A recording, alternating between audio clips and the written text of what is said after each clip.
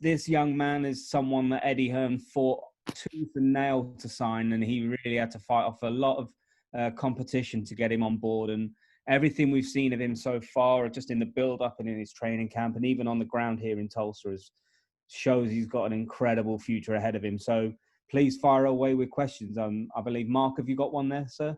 Yeah. Hey, Mark, can you put in words what it's like to prepare for your pro debut all the while during a global pandemic? What are the bittersweet parts of it? What are the challenges of it? I'm thankful and I'm blessed to have a like own private gym, so that wasn't the issue. The issue was staying clean, staying away from people, and finding sparring partners. I only had one sparring partner, so the main thing was just staying safe and just not going out and just staying clean and just staying COVID free, because you can have COVID and not have no symptoms. Is it bittersweet that, the fans won't be in attendance for this pro debut? Yes, it is bittersweet, but hey, I'm kind of just like, it's like a new era. I just had to adapt you have to adapt, because that's what fighters do. But the main thing is just my family. I have a lot of people supporting me back home, and once there's fans, the fans, everybody will come out. Thanks a lot, Mark. Good luck. Thank you. Thank you, Mark. Any further questions, guys? Please chime in. Hi, Mark. My name is Ivy. So it's your pro debut this weekend. How do you feel about that? I'm excited, full of emotions, but the main thing is I'm focused. I prepared for this moment my whole life, and my family's sacrifices, all a testimony. And I'm just excited, and I'm anxious to see how all turn out. How'd you get into boxing, actually? My dad was an amateur boxing coach. I started at 4 years old.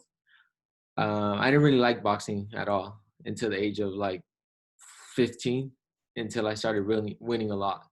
But it was kind of like a chore. I would have to do it every day, no matter what other sport I like to do. And it just stuck, and I was really good at it. So with the COVID pandemic, how'd you have to prepare for this fight? Just in the gym every day, training, but just staying away from people. That was the weirdest part, because my family is always close. So we were just like always wearing masks around each other, just because we don't want this fight to fall out. So what are you looking most forward to for the fight?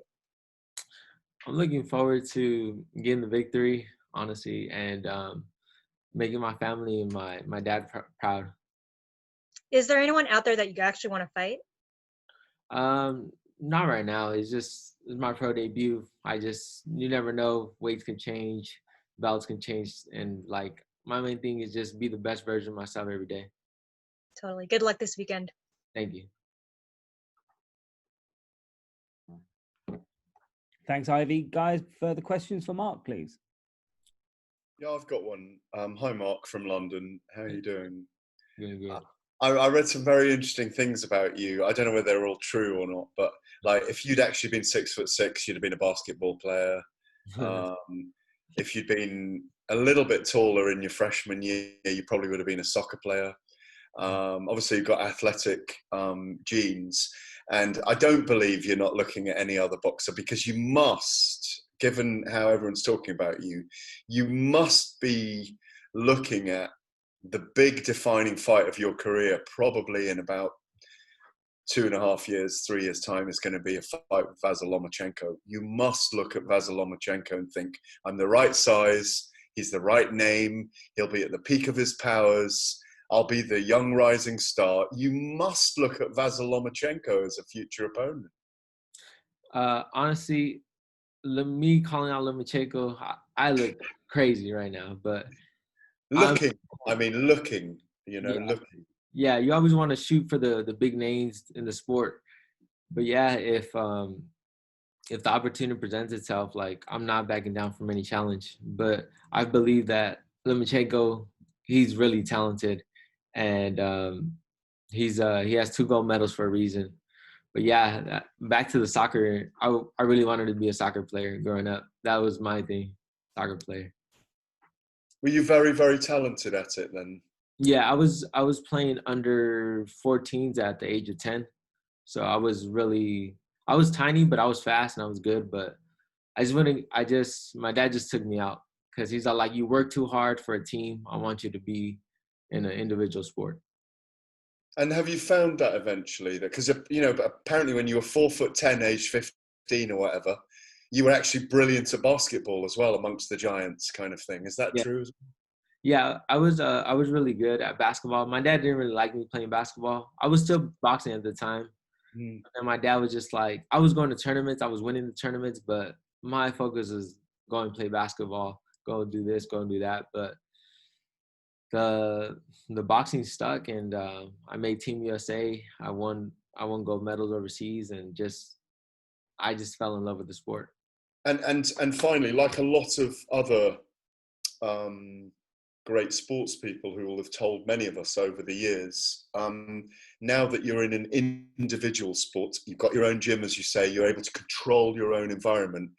Have you landed on your feet with that? And do you realize now you wouldn't have been happier in those other sports where you could have the game of your life, the game of forever, and yet you might not win, Yeah. And the thing I'm learning the most is I just got to find motivation within myself with the little things, getting better boxing equipment, or just staying in the gym. And like you said, like, it's my gym. I keep it clean. And it's my home. It's my peace. And I really enjoy being in the gym every day. And my dad's my coach, so I communicate in him. We got a great relationship. So if I'm feeling some type of way, like kind of like sore, tired, he'll know how to pick up the slack, and it just great. It's a great feeling because I paid my dues to get here, to get where I'm at. Hey, the perspective that you have being a fighter coming in on your debut, I would imagine you've watched a lot of the boxing that's happened since fighting has resumed. Have you taken a look at any of the guys that have made their debut, or any of the fighters in their first 4 or 5 fights? Have you particularly studied them to see how they reacted to the environment? Yes, definitely. Like Virgil Ortiz, or like Ryan Garcia, or just the guy that just fought the other day, Vito. I just been watching them and just seeing how they react to the punches, and just like how they come out there, and just how it's different from an amateur fight. Like, you kind of take your time more, and you just need to sit on your punches. And the main thing I just learned is everybody, they look anxious, but they're ready to get to work. They know what they got to do, and they're just kind of more careful and more cautious. Here in the States, we see quite a bit discussion online about the zone and so on and so forth. What's your outlook and your level of enthusiasm in being a part of what the zone is trying to do long term? Well, the zone is great. I believe the zone's the future, and everybody likes to kick it when it's down, when something's down. So I feel like once this all plays out, the zone's gonna get back on its feet. It's gonna get back on track, and just, I feel like it's the future. And everything else is still going good, and just ESPN's doing their thing. There could be 2 successful business in the same industry, so there's no need to hate on each other. Well said. Last question, just we've seen some of the younger fighters bounce back and rather quickly. Is that something for you? You get a win this week. Would you be interested in trying to get back on the very next stream that the zone would have? Yes, definitely. I would love to be active, but I'm not even sure when the next show is. Yeah, I know everything is messed up right now. Yeah, so I'm just ready. I'm gonna stay in the gym. I'm excited, and I'm loving life. I'm loving this.